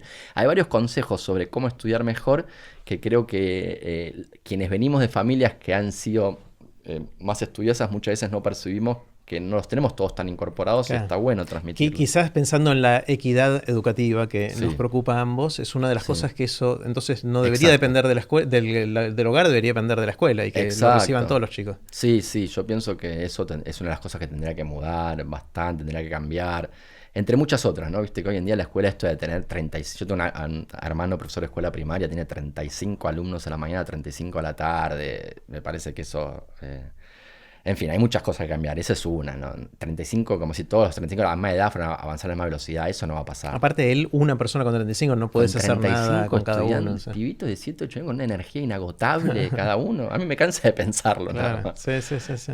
Así que Sí. sí, pienso que esa es una de las cosas que la escuela debería enfatizar más. Bueno, lo de la equidad, ¿no? También ver eso. Hay chicos que vienen de condiciones de mucha más vulnerabilidad y cómo hacemos para darle un empujón Mm, extra a ellos para que vas a hablar con Beatriz Duke, sí, ella de eso sabe un montón, es sí, sí. conmovedor lo que sabe. Mira, la única vez que, me permito contar una anécdota de eso, la única vez en mi vida que casi me pongo a llorar en una academia científica, uno no espera en un congreso científico que se te piante un lagrimón, ¿no? Con ecuaciones y cosas así. Pero la única vez que me pasó fue viendo una presentación de Beatriz Duke, que ella mostraba cómo, justamente tiene que ver con esto, de cómo a veces los chicos en medio de esta marea de chicos pierden oportunidades. Y esta era una chica que estaba en séptimo grado y no sabía leer y escribir. Una historia bastante trágica, ella vivía en un orfanato. Y ella muestra un video que en 3 meses la chica está leyendo y escribiendo. Una cosa a tal punto conmovedora que me acuerdo que se me puso la piel de gallina cuando veía la transición de esa chica. Porque digo, cuando una chica termina la escuela primaria sin leer y escribir, o un chico, es una tragedia personal, pero una vergüenza nacional. Ah, Porque le cagaste la vida para siempre, básicamente, en buena medida, ¿no? Una persona mm. analfabeta en esta sociedad, cuánto de menos va a poder aprovechar la vida? Pero me acuerdo que ya me puso la piel de gallina lo que ella mostró, y después una señora, una docente, era un congreso de docentes, una docente grande, levanta la mano para hacer una pregunta. La señora esta debía tener 70, 80 años. Y cuando va a hacerle la pregunta a Beatriz Duke, se le quiebra la voz y se emociona. Y dice, perdón, es que hace muchas décadas que enseño y nunca había algo así y me emocioné. Wow. Entonces digo, Y ahí ves la importancia de la equidad, de darle a estos chicos y chicas que no vienen de nuestros mismos ambientes, que encuentran en la escuela un ambiente extraño y raro, una oportunidad para lograr eso que todos queremos, que es una equidad mayor entre... Porque hablamos mucho hoy de la lotería genética, porque la lotería ambiental también es una lotería. O sea, Totalmente. vos no tenés la responsabilidad de nacer en una familia... Uno no elige ni sus genes ni su ambiente. Exactamente, las dos cosas son pura lotería y las dos cosas tienen que ser equilibradas, ¿no? Porque con la genética también pasa que piensan que, mucha gente piensa que, y esto es la influencia del pensamiento nazista y no hablar sobre eso, piensa que genético es inamovible e inmutable. Y todo lo contrario, ¿no? La analogía correcta ahí es la miopía. La miopía es algo genético, pero con una simple operación o con anteojos se soluciona y logras equidad. Digo, lo que queremos a la hora de estudiar estas cosas es lograr esa equidad y lograr desarrollar anteojos cognitivos, como los que desarrolla Beatriz Duke para chicos con dificultades en aprendizaje de lectoescritura, para que esos chicos que tuvieron cierta mala suerte en la lotería genética o ambiental puedan avanzar a la par de sus amigos, ¿no? Y ese es un poco el objetivo de todos estos estudios, digamos, siempre, ¿no? No es una... Aunque también está buena porque uno estudia la verdad y a mí me interesa la verdad y saber cómo son las cosas, pero la verdad es que en última instancia lo valioso es esta posibilidad de transformación y dar oportunidades a los chicos y a las chicas, ¿no? Andy, me decías que te estás metiendo ahora en la seguridad informática. Sí. Es algo que me intriga porque conozco poco y tengo dos niveles de preguntas para hacerte, o dos dudas. Uno es ¿qué es eso y cómo funciona? Y el otro es cómo haces para meterte a aprender algo nuevo. Quizás sabías un poquito del tema, pero ahora tenés que meterte en más profundidad. ¿Cómo es el proceso de aprendizaje? Me interesan los dos niveles. Sí, mira, me apareció la oportunidad esta que me pareció súper interesante. Y tenía que ver, yo ya estaba un poco con ganas de dejar el CONICET por varias razones. Y cuando empecé a charlar con personas conocidos sobre mis ganas de dejar el CONICET y ver si hacía algo en la industria, enseguida me apareció esta oportunidad porque era algo recontra interesante y sobre todo lo más importante, yo creo que es lo más importante en cualquier proyecto que uno encara, era con gente interesante y fascinante y buena gente. Entonces eso me conquistó mucho, digamos. Pero básicamente es una empresa de seguridad informática, se llama Bitstrap, que la fundó Ariel Futoransky con Johnny, no sé el apellido de Johnny, pero son dos de los fundadores de Core Security. ¿Sabes lo que fue Core Security? Me Core suena. Security es de donde viene Emi, el de... Kargeman. Emi Kargman. Emi Kargman es uno de los 5 fundadores de Core Security. O sea, la historia es un poco mítica dentro del ambiente de seguridad informática, se la conoce mucho. Eran 5 pibitos de AFIP, que a los 19 años hacían seguridad informática en AFIP y deciden fundar una empresa juntos. Esa empresa se llamó Core Security. Creció mucho, tuvo centenas de empleados, después la vendieron, pero fue una empresa que hizo historia en Argentina y tuvo importancia y relevancia internacional. Le llegaron a vender sus productos a Google, a Amazon. De hecho, hace poco se publicó un libro en Estados Unidos donde cita a muchos de ellos, de los fundadores, que son 5 fundadores y que hacen cosas interesantísimas. Bueno, y a ellos les fue muy bien con todo eso y después hacían test de penetración. Las empresas te contratan para que trates de hackearle el sistema, ¿viste? Y ellos tienen todos sistemas automatizados y saben muchísimo. Pero ¿qué pasó? Uno de ellos, Ariel Futoransky, creó hace poco con Johnny, tuvo una idea de un sistema para segurizar mejor las empresas, que ahora te puedo contar un poco qué consiste, pero a mí cuando se enteraron que Futo, por un amigo en común, se enteró que yo estaba con ganas de dejar el CONICET, me dijo, mira, yo justo estoy buscando a alguien que haga comportamiento humano, porque en esta idea que tuve sobre cómo tratar de detener estos ataques informáticos, hay mucho de entender cómo se comportan los hackers. Así que a mí me vendría bárbaro que vos trabajes con nosotros. Y lo que me pasó también es que empecé a trabajar con Futo, me di cuenta que Futo era, perdón la expresión, pero era un fucking genio. O sea, me entusiasmó mucho poder aprender de él, porque es un pibe que a los 19 años, mira, él empezó matemática y no la terminó porque se dedicó a crear una empresa. Es como todo en la vida, no se puede, pero lo veo trabajar y es un genio. Mira, yo siempre decía que una persona con la que aprendí muchísimo y tal vez con la que más aprendí en mi vida es Mariano Sigma, porque yo con Mariano me sentaba al lado y decía, Mariano, yo aprendía a neurociencia y comportamiento humano con Mariano. De hecho me fui a España, a su casa, a instalarme. Le dije, Mariano, si vos me recibís en tu casa y trabajamos juntos, trabajemos 3 días lo usamos para charlar, para festejar, lo que sea. Pero, se aprende. En la academia pasa mucho eso, ¿viste? Se aprende de persona a persona, claro. Todavía. Te sentás al lado a trabajar con alguien y ves cómo avanza, y cómo piensa, y cómo busca, y cómo escribe, y aprendés. Y entonces, cuando vi cómo trabajaba Futo y lo brillante que era en su razonamiento, yo me pasaba de repente 3 días tratando de resolver un problema matemático, que él lo veía un rato y decía, me parece que se puede resolver así. Y yo implementaba eso y funcionó. Entonces también me entusiasmó mucho trabajar con él. Y yo creo que eso es lo que me entusiasmó. Y yo, así un poco la respuesta rápida a esa pregunta de cómo aprendo. Para mí trabajar con gente que sabe un montón. Trabajo con él y con Matt Travisano. Matt Travisano es otro físico. ¿Vos lo conocés a Matt? Sí. Bueno. También él es uno de los fundadores de esta empresa, BitTrap. Entonces trabajar con él, con Matt Travisano, con gente con mucha tradición en la industria me entusiasmaba mucho. De hecho a Futo lo conozco de otro lado porque es un fanático de los juegos. Exacto, Entonces fui a algunas sesiones de juegos de él, aparte es amigo de mi hermano. O sea, hay como varias conexiones por otros lados. No sabía. Sí. Ahora no lo veo hace años. Tampoco lo vi tanto, digamos. Fui a algunas de estas. Sí. Pero sí, yo lo conocía de unos eventos re nerds que se llamaban Gathering for Gartner, ¿viste? Es uno que se hace en todo el mundo en homenaje a Martin Gardner. Sí. Y yo me acuerdo que iba ahí, y era como el paraíso nerd, pero a un extremo que era... Me acuerdo la primera vez que fui, que primero llego y hay una persona que se sube al escenario y empieza, ahí hace... Se graba en el celular, ¿no? Y de repente hace play en el celular y ves que había dicho, hola, ¿qué tal todos? ¿Cómo están? Por acá muy bien. O sea, el chaval hablaba al revés. Fonema por fonema, ¿entendés? Claro. Hacía eso, chaval. Después iba yo y elevaba números al cuadrado. Después venía otro y escribía historias capicúas. Me quedó mucho el arriba la luna, anula la birra. Entonces hay un tipo mirando la luna con una cerveza que no se le está tomando porque está mirando la luna. Entonces dice, arriba la luna, anula la birra. Y eso se lee para los lados. Para adelante. Era un evento que yo decía, estoy en el paraíso, si hay lugar nerd, es este. Y a Futo lo conocí ahí porque se subió Futo y hizo una presentación sobre la paradoja de Newcomb, una paradoja también re nerd que me encanta, re linda. Pero veía a él, yo decía, estos pibes simpáticos, ¿viste? Nerds que hacen cosas entretenidas y simpáticas. Y después cuando hablé con él me enteré que era un fucking genio de la informática y del mundo hacker. Y dije, pero vos sos el chabón que presentaba en el Gathering for Gartner. Dice, sí, bueno, eso lo hago porque nada, y le gustan los juegos, le gusta... Ahora que trabajo con él me doy cuenta que es un fanático de esas cosas. Sabe. Bueno, dentro de algunos años vamos a grabar otro episodio donde vas a contar todo lo que aprendiste sobre cómo piensan los hackers. Sí. Esto empezó hace 3-4 meses, digamos, y ahora estoy haciendo estudios. Me sirvió mucho para aprender conceptos de informática, de teoría de la información, que ellos saben un montón.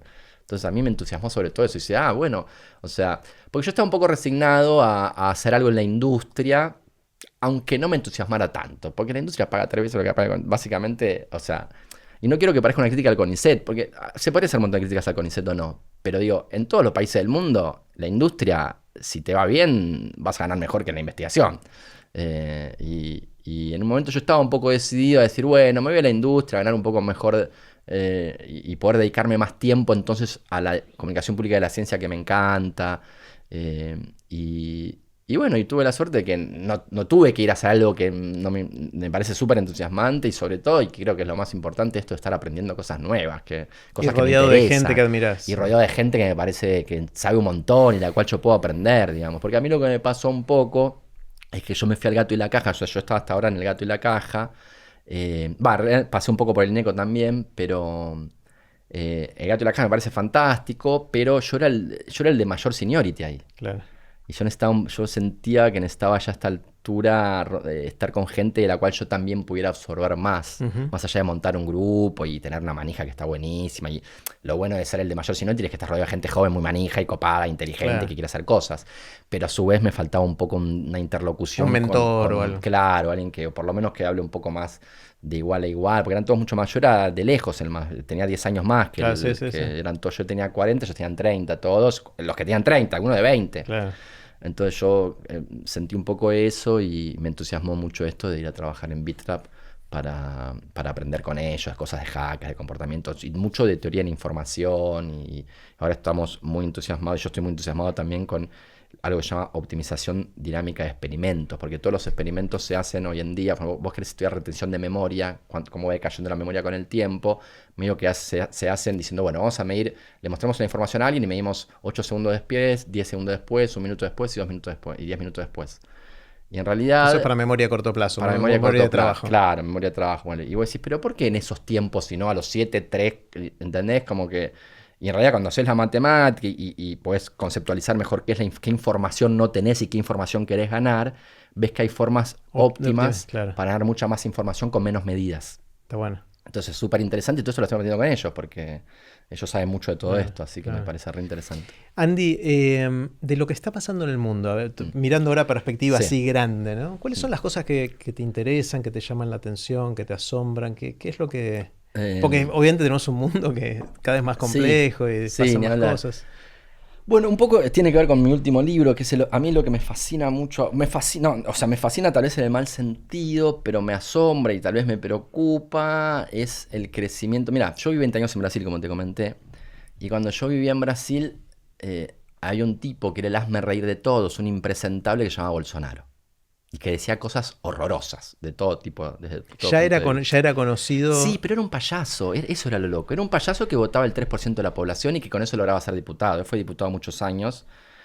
Pero decía barbaridades. Hasta el día de hoy, viste, que toca la hidroxicloroquina, antivacuna. Y es presidente de un país. Entonces, eso me impresionó mucho. Que Bolsonaro llegue al poder me impresionó muchísimo. Y es un poco el origen de mi libro Tabú. Y me interesa mucho ese tema. Hay un libro que se publicó hace poco de un... ¿Tal vez lo conocés, Pablo Stefanoni? No. Pablo Stefanoni, porque creo que tiene tu edad, es un poco más grande que yo. Pero vos fuiste al Pele, ¿no? Claro, él iba al Nacional. Yo lo conozco del Nacional de Buenos Aires hace muchos años, nos tenemos un cariño mutuo, aunque no nos vemos, pero es un periodista muy bueno que acaba de publicar un libro llamado ¿La rebeldía se volvió de derecha? O sea, es una pregunta el título del libro. Y él ahí dice algo que me parece muy verdadero. Yo, bueno, creo, en el último podcast me acuerdo que comentamos que yo fui presidente del Centro de Estudiantes Nacional de Buenos Aires. El primer presidente trotsko. Exactamente, dentro de la UBA, o sea, antes nunca la UBA había ganado un presidente trotsko y después ganó en la FUBA, ganaron un montón, pero yo en el año 95, cuando la Franja Morada dominaba los centros de estudiantes, yo gané siendo militante del Partido Obrero, del trotskismo, yo fui presidente del Centro de Estudiantes y ganamos, yo no, digamos, todos los militantes, que yo estaba mi hermana. Y yo creo que es verdad, estamos hablando del año 95, así que hace muchos años atrás. Pero Pablo señala un poco en ese libro algo que me parece súper interesante, que es un poco el origen también de mi inquisición en Tabú, tratar de entender y tratar de transformar también un poco esta situación. Él dice que antes el discurso de izquierda en esa época todavía conservaba un poco de que había un mundo, nosotros sentíamos que había como se dijo, un paraíso posible al que podíamos llegar si luchábamos lo suficiente por eso. Pero había una imagen paradisíaca más o menos alcanzable. Y más o menos imaginábamos cómo podía llegar a ser con el socialismo, con una sociedad de iguales. Hoy en día creo que eso se cayó. Ya la izquierda no tiene una imagen clara de cómo es esa sociedad a la que quieren llegar. No es claro, son luchas más bien reivindicativas como aisladas. Mientras que la derecha, con un montón de chamullo y falacias, pero te habla, por ejemplo, te habla de genética, te habla de neurociencia, te habla de blockchain, te habla de criptomonedas, cosa que la izquierda no hace. Mi hermana, que es una estudiosa también, maestra de CONICET, historiadora, y siempre le interesó mucho la perspectiva marxista, el otro día me decía, estuve buscando a alguien dentro del campo teórico del marxismo que explicara qué son las criptomonedas o blockchain, y no encontré nada. Como que lo que veo en algún sentido es que hay una oportunidad que esta derecha extrema, ni siquiera me gusta decir derecha porque siento que hay mucha gente que derecha buena, o sea, entonces siento que no quiero pegarlo a ello, pero no sé cómo decirlo, como muy, muy parecido al negacionismo de la ciencia. Siento que ellos están aprovechando el hecho de que la izquierda no habla de estos temas para entregar como si fueran pastillas de verdad. Y entonces dicen, ¿ves? Mira, te cuento para que se entienda un poco mejor. Te cuento una anécdota que pasó hace 2 semanas y otro hace 3 semanas. Me encuentro con 2 pibes jóvenes, porque una de las cosas que muestra lo que hago es que estoy rodeado de mucha gente joven.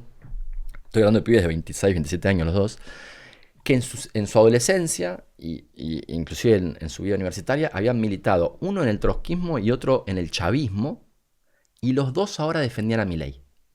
Wow. Y cuando hablé con ellos, los dos eran personas muy informadas sobre neurociencia y genética y sobre todo los estudios modernos del comportamiento humano. Habían leído a Richard Dawkins, a Steven Pinker, a Daniel Dennett. Eran autores que la izquierda no sabe ni quiénes son. Y son autores de divulgación científica muy buenos.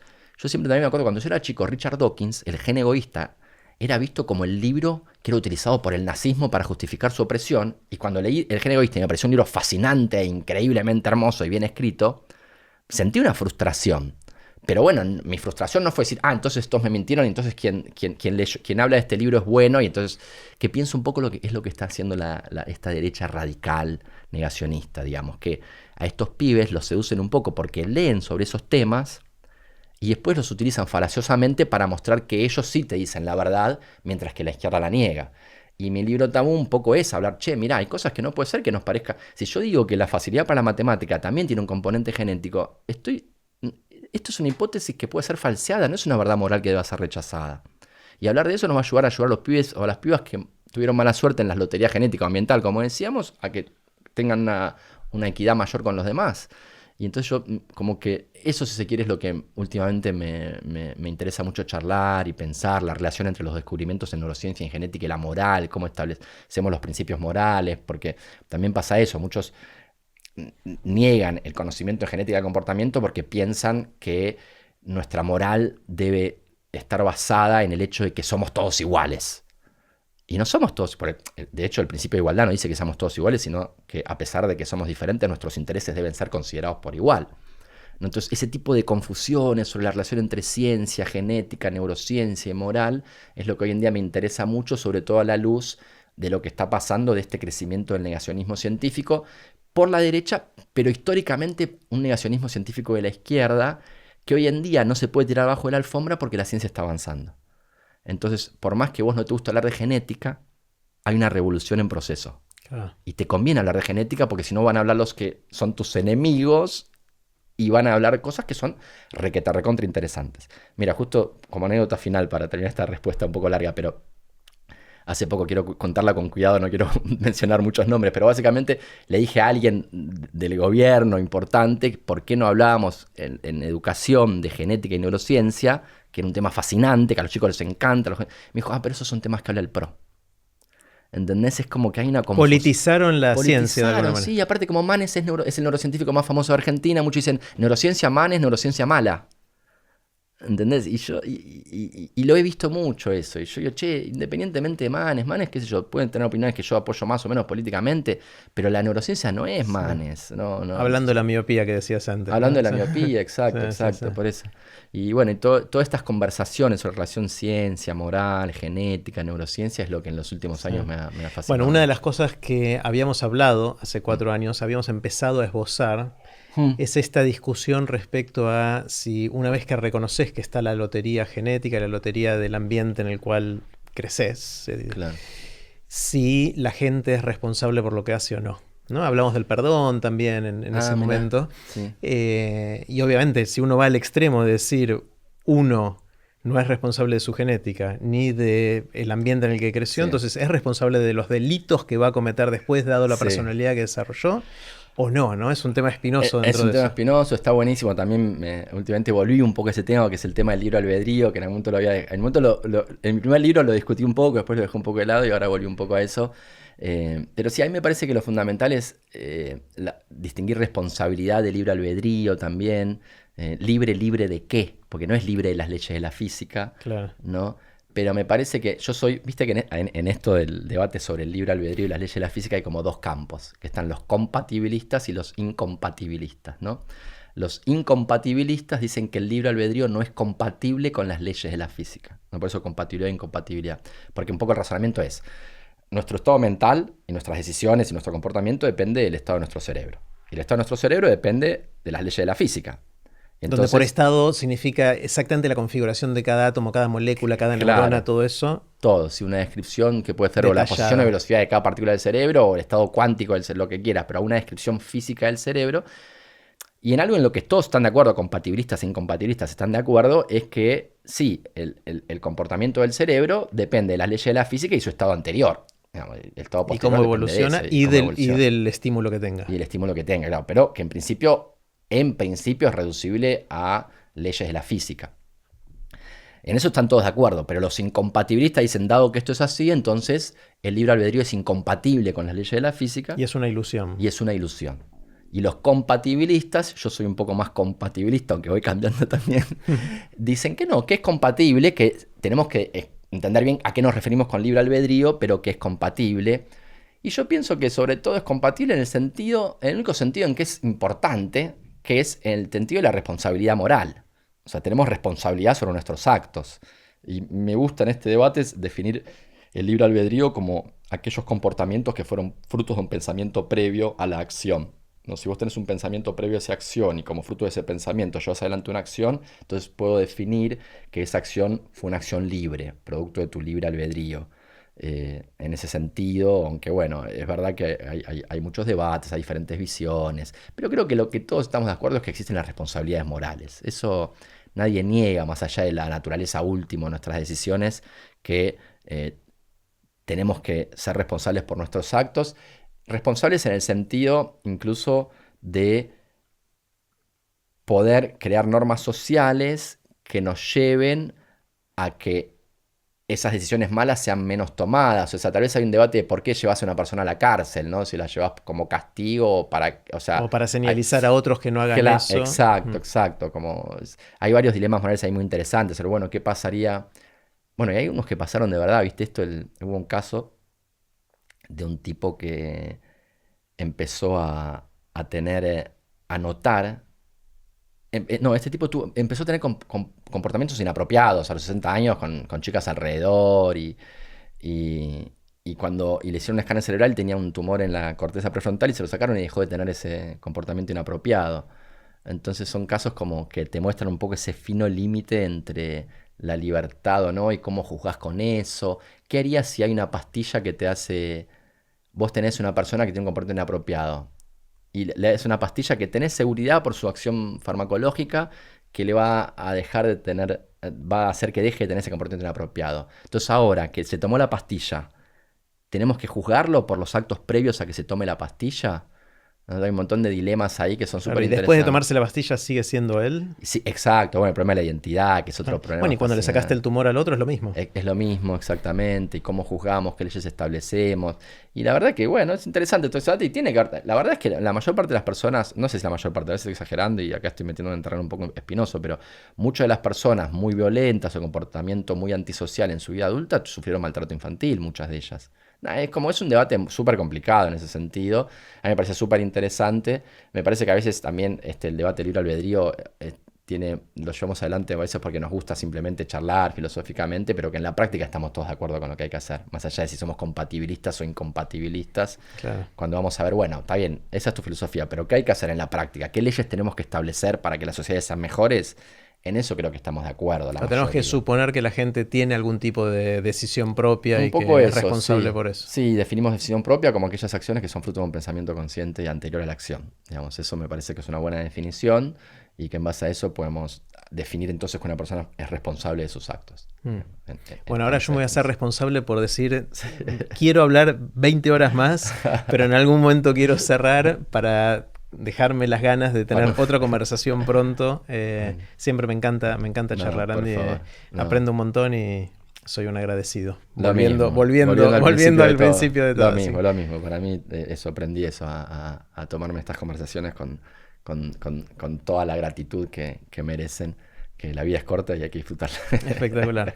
Bueno, gracias. Gracias.